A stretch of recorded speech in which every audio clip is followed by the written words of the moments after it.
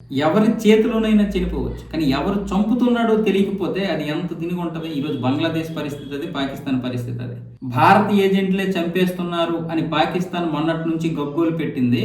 అయితే గత శుక్రవారం బంగ్లాదేశ్లో కూడా మరి మన ఏజెంట్ల, మన వీరుల ఎవరో తెలియదు కానీ మొత్తానికైతే ఇంక్విలాబ్ మంచ్ కన్వీనర్ అయినటువంటి ఉస్మాన్ నబీ హైదీని కాల్చేశారు.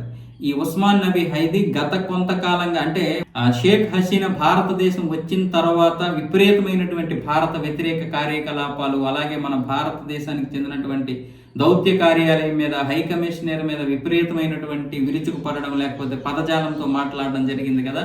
కేవలం షేక్ హసీనా భారతదేశం రావడం మాత్రమే కాదు, షేక్ హసీనాని విమర్శించుకోవచ్చు, ఆవిడ పార్టీ అవామీ లీగ్ను విమర్శించుకోవచ్చు, అది మనకి సంబంధం లేదు. బంగ్లాదేశ్లో ఉంది కాబట్టి ఆ పార్టీని విమర్శించుకోవచ్చు, రాజకీయాలు చేయొచ్చు, ఎవరైనా చేయొచ్చు, మన దేశంలో చేయట్లేదండి.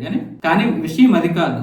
ఈ ఉస్మాన్ నబీ హైదీ గత కొంతకాలంగా బయటకు వచ్చాడు, కానీ అంతకుముందు నుంచి కూడా భారత వ్యతిరేకి. మొదటి నుంచి కూడా వీళ్ళంతా కూడా భారత వ్యతిరేకి. ఇప్పుడు మన దేశంలో ఒక కమ్యూనిస్టులు ఎలాగైతే ఉన్నారో ఆ విధంగా అక్కడ ఇంక్విలాబ్ మంచ్ అనేది ఉంది దేశ ప్రజల కోసమని. కానీ అది ఎందుకు కాదు, వాళ్ళ ప్రతి ఉద్దేశము చివరికి వచ్చేసరికి ఒకటే, అందరిది ఉగ్రవాద భావజాలమే. అది ఎలాంటి పార్టీ అయినా సరే చివరికి ఉగ్రవాద భావజాలంతో అది ముగుస్తుంది.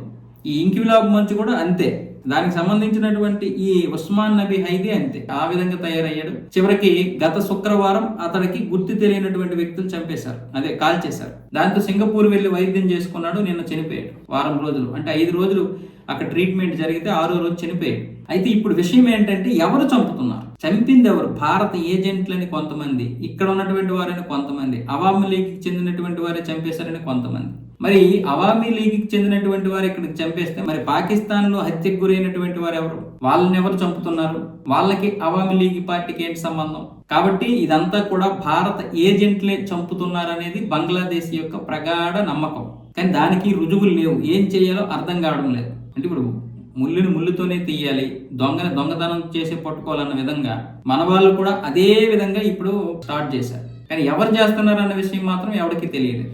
పాకిస్తాన్లో గత కొంతకాలంగా పడేస్తున్నారు కదా, ఇప్పుడు అదే విధంగా బంగ్లాదేశ్లో కూడా జరిగింది. ఆ బంగ్లాదేశ్లో కాకపోతే ఒక 6 రోజులు ట్రీట్మెంట్ చేసుకోవడానికి అవకాశం దొరికింది. ఇప్పుడు చేత కాక మన హై కమిషనర్ కార్యాలయం దగ్గర, అంటే దౌత్య కార్యాలయం దగ్గర కూడా వీళ్ళు దాడులు చేస్తున్నారు. అది కాకుండా భారత వ్యతిరేక నినాదాలు చేస్తున్నారు వీళ్ళు. అంతకుమించి ఏం చేయలేరు ఇప్పుడు, ఎందుకంటే షేక్ హసీనా మన దగ్గర ఉంది, ఆవిడ్ని రప్పించుకోలేరు. ఇలా వ్యక్తుల్ని కోల్పోతున్నారు, వాళ్ళ కోసం పోరాటం చేసినటువంటి వారిని. ఇంకా రేపు ఎవరు చనిపోతారో తెలియదు, ఫ్రంట్ లైన్లోకి వచ్చి ఎవరైనా పోరాడితే బతుకుంటాడో తెలియదు. అందుకే ఎవరు కూడా ప్రజల్లే ఉసుగొలుపుతున్నారు, కానీ వీళ్ళు మాత్రం బయటికి రావడం లేదు. ఇది మామూలుగా చూడండి, 1971లో ఇందిరాగాంధీ పాకిస్తాన్ని 2 ముక్కలు చేసిందని మనం చెప్పుకుంటున్నాం, కానీ కాదు. తూర్పు పాకిస్తాన్, పశ్చిమ పాకిస్తాన్ ఈ 2 కొట్టుకుంటే పాకిస్తాన్కి నష్టం ఏర్పడుతుంది. కాబట్టి పాకిస్తాన్కి నష్టం రాకుండా 2 అన్నదమ్ముల్ని పనిచేసినట్లుగా యుద్ధం అనే పేరుతో ఆవిడ ఈ 2 దేశాలని విడగొట్టి ఇటు తూర్పు పాకిస్తాన్కి బంగ్లాదేశ్ అని పేరిచ్చి ఈ వీళ్ళని శాంతి కాముకులుగా, అలాగే వాళ్ళని కూడా శాంతంగా ఉంచింది. ఈ 2 మాత్రం భారతదేశం మీద ఏ విధంగా విరుచుకుపడినా పర్వాలేదు, బంగ్లాదేశ్ నుంచి మాత్రం రోహింగ్యాలు వచ్చేవచ్చు, పాకిస్తాన్ నుంచి కూడా పాకిస్తాన్ ముస్లింలు ఈ దేశంలో వచ్చి విచ్చలవిడిగా బ్రతకొచ్చు. అలాగే అక్కడ హిందువుల్ని లేదా అక్కడ దేవాలయాల్ని ఎన్ని కూల్చినా ఒక్కసారి కూడా ఇందిరాగాంధీ ఒక్క మాట అనలేదు. వాళ్ళని 4000 దేవాలయాలు కూల్చేసినా కూడా ఒక్క మాట అనలేదు ఆవిడ. కానీ ఈ 2 దేశాలకి ఉద్రిక్తతలు వచ్చేసరికి మరి మనకేంటి నష్టం? ఆ 2 దేశాలు కొట్టుకుంటే, లేదా ఆ 2 ప్రాంతాలు తూర్పు పాకిస్తాన్, పశ్చిమ పాకిస్తాన్ కొట్టుకుంటే మనకేంటి నష్టం? ఎందుకు ఈవిడ మన డబ్బు ఉపయోగించి మనతో అనవసరంగా రోజు 13-15 రోజులు యుద్ధం చేసి మన సైనికుల్ని పొట్టను పెట్టుకోవాలి? ఎందుకంటే పాకిస్తాన్ ఈ యుద్ధాలతో నష్టపోకూడదు అందుకని. ఎందుకంటే వాళ్ళ జాతి అది, కాబట్టి ఆ జాతిని కోల్పోకూడదు.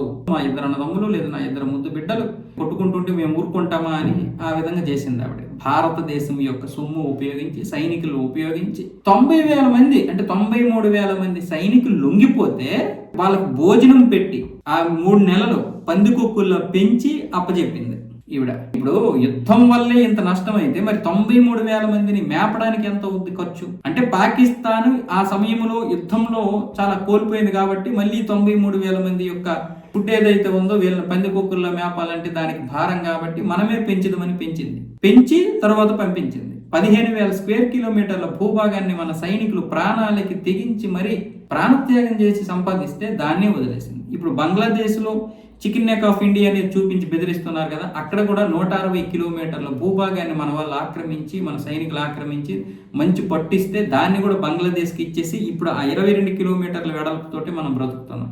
అందుకే కదా ఈరోజు బంగ్లాదేశ్ వాడు మేము దాన్ని కట్ చేసేస్తాం, అక్కడ ఆక్రమించేస్తాం, 7 సిస్టర్ అంతా మా దేశంలోకి వచ్చేస్తాయి, మేము కలుపుకుంటాం అంటున్నాడంటే ఎందుకు? ఆ రోజు ఇందిరాగాంధీ వేసినటువంటి పావులు అలాంటివి. అదంతా కూడా బయటి జనాలకి ఏదో పెద్ద త్యాగం చేసినట్లు కనిపిస్తుంది, లేదా పెద్ద పోరాటం చేసినట్లు కనిపిస్తుంది, కానీ వాళ్ళ కోసం ఆవిడ ఈ దేశాన్ని త్యాగం చేసేసింది.